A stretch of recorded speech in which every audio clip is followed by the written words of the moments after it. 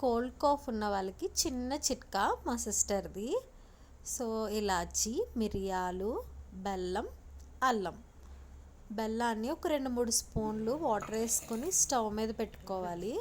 అల్లం paste and మిరియాలు powder చేసుకొని, ఇలాచి పౌడర్ వేసుకొని అన్నీ దీంట్లో యాడ్ చేసుకుంటూ పచ్చివాసన పోయేంత వరకు కొంచెం సిమ్లో వేయించుకోవాలి. వాటర్లో వేసి చూస్తే మనకి ముద్ద అవుతున్నట్టుగా అవుతుంది. సో అలా అయ్యే వరకు సిమ్లో పెట్టుకొని కలుపుతూ వాటర్లో వేసి చెక్ చేసుకొని చూడాలి.